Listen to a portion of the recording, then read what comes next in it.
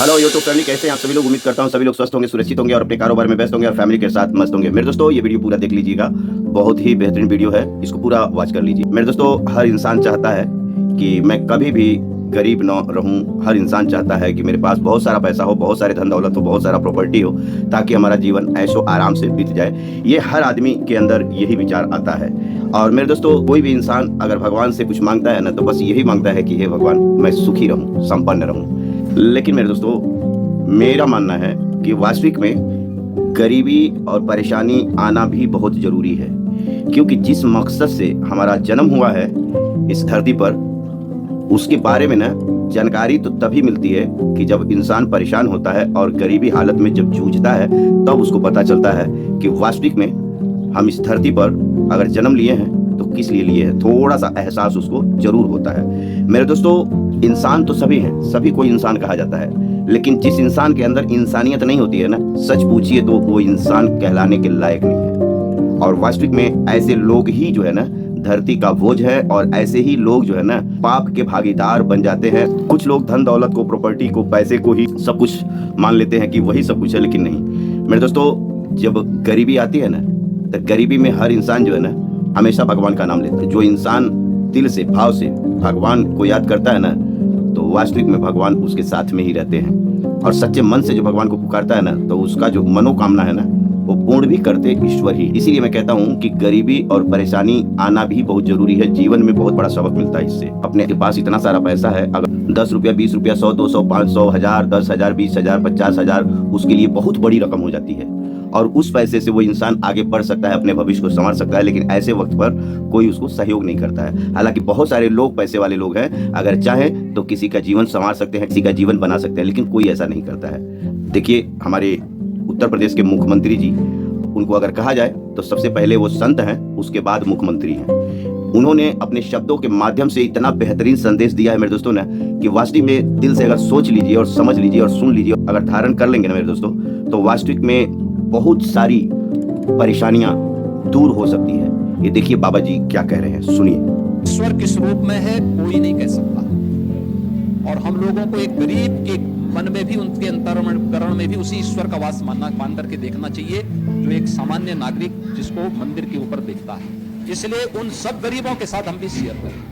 जो कुछ भी हमारे पास है, थोड़ी बहुत सहायता किसी गरीब की भी हम कर पाएंगे तो हमें जरूर करना चाहिए, और पर्व का उत्साह और आनंददायक हो जाएगा, और भी आनंददायक हो जाएगा। और मेरी आप सबसे अपील होगी, पूरे प्रदेशवासियों से अपील होगी कि पर्व और त्योहार के समय किसी एक गरीब की सहायता जरूर अतिरिक्त करिए। आप अपने नातेदार, रिश्तेदारों की सहायता तो करते ही होंगे, लेकिन एक गरीब को भी जरूर कोई ना कोई सहायता इस पर्व और त्योहार के समय देंगे। उन बच्चों को जरूर देंगे जिनको कोई पूछने वाला नहीं है, तो उत्साह और उमंग और आनंददायक हो जाएगा। मेरे दोस्तों, भगवान जो है ना अपने रूप में कभी भी किसी के पास आता नहीं है, क्योंकि ना इंसान अगर देख लेगा, भगवान अगर अपने रूप में अगर आ जाए किसी भी व्यक्ति के पास ना, तो सबसे पहले तो वो व्यक्ति बेहोश हो जाएगा, डर जाएगा, और वो भूत प्रेत का नाम लेकर के भागने लगेगा। मेरे दोस्तों, भगवान जो है ना किसी इंसान के जरिए में कोई न कोई रूप में आ जाते हैं और भला करके चले जाते हैं, और किसी को पता भी नहीं चलता है। तो ये जो बाबा जी ने अभी बात कहा है ना,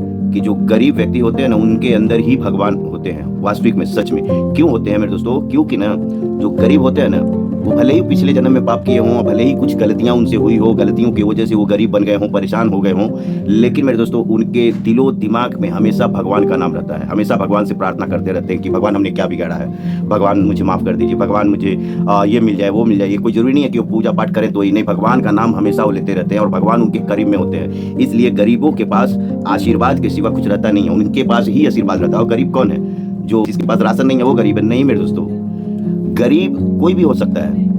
बहुत बहुत धनसेठ लोगों का हमने देखा है। देखिए, सोशल मीडिया तो इतनी बड़ी है कि हम सभी को देखने को मिलता है कि एक से एक लोगों का वीडियो देखने को मिलता है कि वो पागल बन के रोड पे घूमते हैं, भिखारी बन जाते हैं। और जब उनके बैकग्राउंड में जब लोग जाते हैं, जब उनके बारे में पता करते हैं, तो पता चलता है कि ये तो पहले करोड़पति थे, आज के साल, 2 साल, 10 साल, 20 साल पहले करोड़पति थे। तो मेरे दोस्तों, कुछ न कुछ कारण होता है कि गरीब हो जाते हैं। और ऐसे लोगों के पास अगर हम चले जाएं और उनका कुछ मदद कर देना, तो उनके पास बहुत सारा आशीर्वाद होता है। गरीब को मदद करते हैं ना, तो गरीब के दिलो दिमाग से ना बहुत सारा आशीर्वाद निकलता है। मेरे दोस्तों देखिए, दीपावली आ रहा है, सभी के घरों में दिया जलेगा, सभी के घरों में मिठाई आएगा, सभी के बच्चे लोग नया नया कपड़ा पहनेंगे, सब एकदम अच्छे से दिवाली मनाएंगे। कुछ लोग तो ऐसे हैं कि 10-10, 20-20 हज़ार, 50-50 हज़ार, लाख रुपए का पटाखा छोड़ देते हैं। और कुछ परिवार ऐसा रहेगा ना कि उनके घर में खाने को भी नहीं रहता है। तो ऐसे लोगों के घर में अगर जा करके, अगर हम कुछ अपने घर में तो दिवाली मनाते ही हैं, अगर किसी के घर में जा करके कुछ रकम दे दें, कुछ हेल्प कर दें, तो वो आपको भगवान ही समझेगा। और ऐसे ही होता है मेरे दोस्तों, और यही करना चाहिए। अगर कोई मदद करता है ना तो यही समझ लेना चाहिए सब भगवान की कृपा है।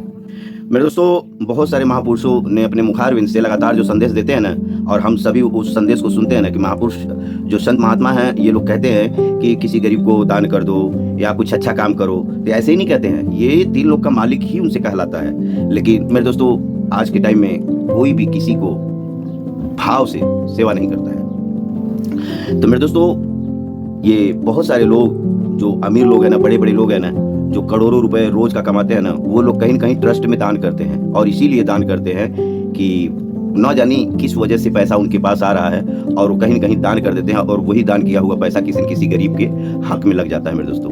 तो मेरे दोस्तों कभी भी ना अगर अचानक पैसा आ जाए और अचानक कुछ अच्छा हो जाए ना, तो कभी अहंकार नहीं करना चाहिए। देख लेना चाहिए किसका बैकग्राउंड बहुत कमजोर है, कौन परेशान है, ऐसे व्यक्ति का जाकर के मदद जरूर करना चाहिए। तो हमारे योगी बाबा जी ने छोटा सा वीडियो में बहुत कुछ समझा दिए हैं।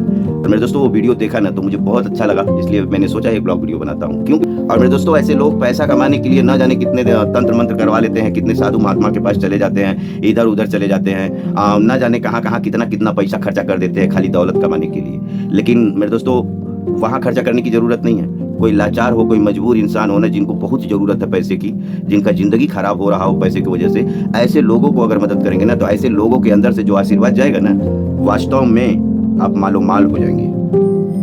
ठीक है मेरे दोस्तों, तो वीडियो बनाने का हमारा यही मकसद है कि मेरे दोस्तों कभी भी ना अच्छा करना, हम अगर अच्छा करेंगे तो खुद अच्छा देखने को मिलेगा।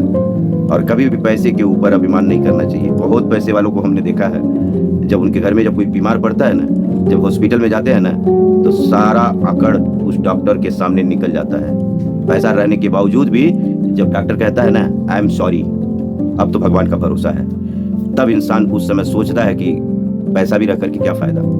तो लास्ट में हर ऑप्शन यही है, जीवन में कितना भी उथल पुथल कर लें, लास्ट में हमें भगवान के ही शरण में जाना है। तो क्यों ना हम पहले से ही इंसानियत के ही मार्ग पर चलें, क्यों किसी का बुरा चाहें, किसी का नुकसान करना चाहें, क्या जरूरत है।